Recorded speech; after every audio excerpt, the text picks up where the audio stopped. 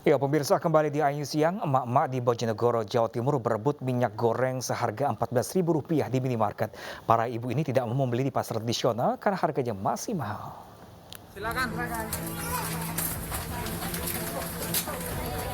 Dalam waktu sekejap, minyak goreng kemasan ini ludes dibeli ibu-ibu di Bojonegoro, Jawa Timur. Warga berdesakan karena takut kehabisan minyak goreng seharga Rp14.000 per liter. Pelan-pelan Bu, pelan-pelan. Hal ini disebabkan karena harga minyak goreng di pasar tradisional dan toko kelontong lebih mahal, yaitu berkisar Rp17 hingga Rp20.000 per liter. Para pedagang belum menurunkan harga karena masih menjual stok lama dengan harga modal yang masih tinggi. Harga berapa Bu ya? Ini 17.000. 17. Tapi kalau yang murah itu kan apa itu oleh itu loh. Subsidi itu. Subsidi. Saya kan nggak Belum ada Bu ya di pasar ini ya? Belum ada Mas. Harganya berapa aja Bu?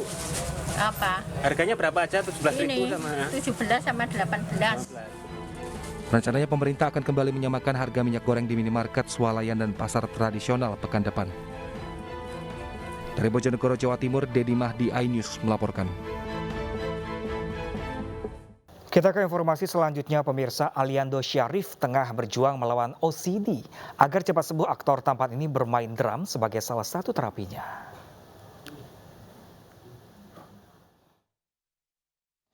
Aktor Aliando Syarif tengah berjuang sembuh dari gangguan obsesif kompulsif disorder atau OCD ekstrim.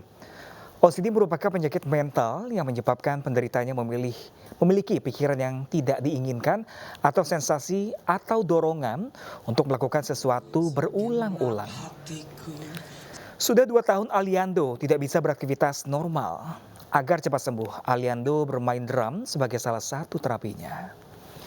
Sebelumnya, lelaki berusia 25 tahun ini juga pernah mengalami OCD saat dirinya duduk di kelas 2 bangku sekolah dasar. Lalu pemirsa, apa sebenarnya gangguan obsesif kompulsif disorder atau OCD? Kita akan bahas bersama psikiater atau spesialis kedokteran jiwa yang sudah bergabung bersama kami pemirsa di Ayu Siang. Halo, selamat siang, Dr. Aimi Nugroho. Selamat siang, Ram.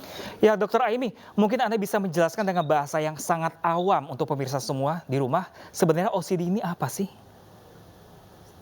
Jadi obsesif compulsive disorder adalah suatu gangguan jiwa yang mana ditandai dengan adanya suatu pikiran yang berulang yang disebut dengan obsesi. Dan penderitanya berusaha untuk menghilangkan pikiran tersebut, namun ia tidak bisa menghilangkannya. Kemudian ada gejala yang berikutnya adalah kompulsi. Kompulsi artinya adalah perilaku yang berulang untuk meredakan kecemasan akibat obsesi tersebut. Sehingga ketika kita berkata bahwa seseorang mengidap OCD, harus ada obsesi dan harus ada kompulsi. Ada pikiran yang berulang dan harus ada perilaku yang berulang untuk meredakan obsesinya tersebut. Nah, dokter, ini contoh kecil atau contoh kasusnya kejadian berulang itu seperti apa sih, dokter? Di keseharian kita seperti apa contohnya? Ada banyak jenisnya, Mas. Misalnya, contohnya ada yang jenis yang cleaner. Cleaner itu yang suka dengan kebersihan. Jadi OCD yang tipe yang cleaner, maka dia akan kecenderungannya mencuci tangan berulang kali hingga tangannya sampai lecet, melepuh, sampai lecet, sampai kering. Ada juga yang pasien saya cleaner yang dia untuk mencuci rambutnya saja dia harus menghitung berapa kali dia menggerakkan tangannya. Misalnya dia mencuci kepala, dia harus menghitung 10 kali menggerakkan kepala bagian atas, leher 10 kali, punggung 10 kali, sehingga membutuhkan waktu yang sangat panjang untuk dia mandi di kamar mandi, bisa sampai lebih dari 1 jam. Itu yang tipe yang cleaner.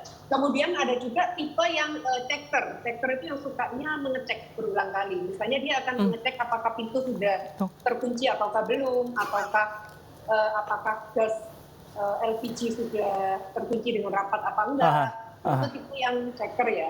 Kemudian ada juga tipe yang ritual. Kalau tipe yang ritual, dia harus ada ritual tertentu. Contohnya yang di kasusnya Aliando, kalau dari berita yang saya baca, ketika dia ada OCD-nya menyerang, dia seperti harus menggerakkan tangan dan kepalanya 2 kali, baru dia bisa melanjutkan aktivitasnya. Itu berarti dia ada ritual. Oke, dokter, kalau saya boleh sedikit konsultasi dokter. Tadi dokter bilang taker, saya termasuk dari golongan itu seperti dokter. Apakah saya termasuk dokter? Karena saya kalau kunci mobil dokter, saya sampai berulang kali, sampai 3 kali bahkan. Sampai saya tinggalkan mobilnya, saya kembali lagi untuk mengunci kembali, padahal udah kekunci. Apakah itu termasuk OCD? Bisa jadi, bisa jadi. Itu tanda awal berarti, Mas. Tetapi untuk kita menegakkan suatu OCD, biasanya perilaku yang berulang itu harus lebih dari 1 jam. Aha. Baru kita bisa bilang bahwa itu suatu disorder atau gangguan. Kalau kita hanya mengulangnya sebentar saja, kita nggak sampai mengganggu kan. Mungkin orang di sekitar kita nggak sampai terganggu dengan hal tersebut. Tapi ketika kita mengulang-ulang tersebut hingga lebih dari 1 jam, maka biasanya orang di sekitar kita akan terganggu. Oke, kalau saya jujur pribadi agak keganggu karena saya sudah keluar dari parkiran, cuman saya kembali lagi untuk memastikan sudah kekunci atau belum ya. Sampai 3 kali saya pernah seperti itu. Bahkan berulang, entah itu kunci mobil atau kekunci pintu rumah pun seperti itu dokter. Nah, ini apakah gangguan ini apakah bawaan dari lahir atau dipicu dari lingkungan dokter? Sebenarnya banyak faktor. Salah satu faktornya adalah ketidakseimbangan neurotransmitter. Jadi di dalam otak kita ada suatu zat namanya serotonin. Serotonin itu adalah hormon yang mana hormon happy ya. Sehingga ketika serotonin itu terlalu turun, maka biasanya kita akan ada kecenderungan memikirkan sesuatu secara berulang-ulang.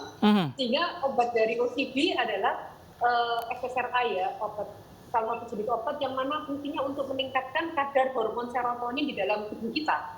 Sehingga kita nggak akan ulang-ulang lagi. Yang pertama itu, jadi neurotransmitter. Kemudian yang kedua, salah satu hal lain yang berpengaruh juga adalah genetik. Biasanya orang-orang dengan OCD memiliki riwayat keluarga dengan gangguan Serupa? OCD atau depresi atau cemas. Mungkin belum tentu OCD, tapi biasanya bisa jadi ada gejala gangguan cemas atau gejala gangguan depresi. Nah, saya agak-agak worried nih dokter ketika dokter bilang itu. Apakah ada pengobatannya seperti apa dokter? Terapi awal seperti apa sih dokter untuk mengobati kecemasan berlebih seperti ini? Ya, jadi pengobatannya biasanya kita akan berikan obat golongan SSRI tadi untuk menaikkan hormon serotonin.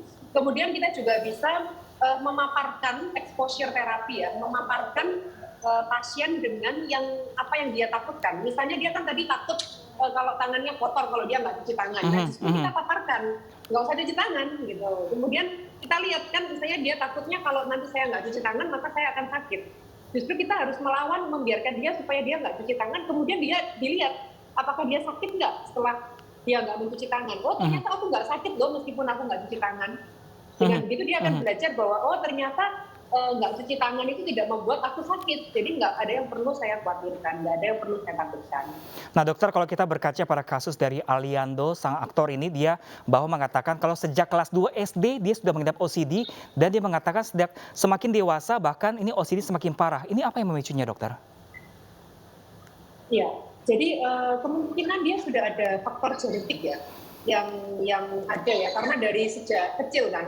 Kemudian kalau sejak anak-anak biasanya juga dipengaruhi oleh pola asuh orang tua. Biasanya orang tua yang suka mengkritik, ya orang tua yang overcritical, suka mengkritik ini salah, itu salah. Biasanya anak akan cenderung menjadi perfeksionis.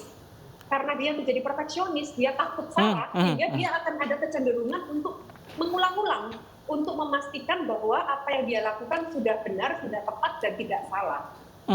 Nah dokter, kalau untuk terapi ringannya mungkin nggak sih dokter kita menanamkan pada diri kita sendiri kalau untuk bertindak semuanya segala sesuatu dengan tenang untuk menghindari kecemasan tersebut? Ya, jadi terapinya salah satunya yang bisa kita lakukan juga adalah meditasi atau mindfulness. Karena kita kan kadang seringkali mengkhawatirkan masa depan atau menyesali masa lalu sehingga kita tidak bisa menikmati masa sekarang. Nah ini jadi kita coba mindfulness itu kita latihan untuk menyadari bahwa ternyata saat ini itu bisa kita nikmati dengan sebaik-baiknya.